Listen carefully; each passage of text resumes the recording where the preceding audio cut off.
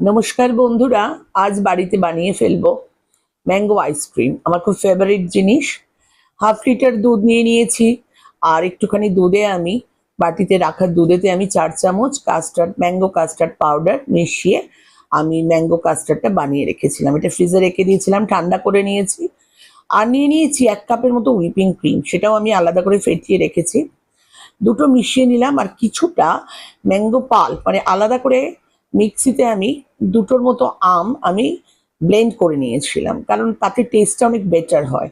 Whipping cream 1 কাপের একটু বেশি নিয়েছি, দিয়ে সবটা মিশিয়ে দিলাম।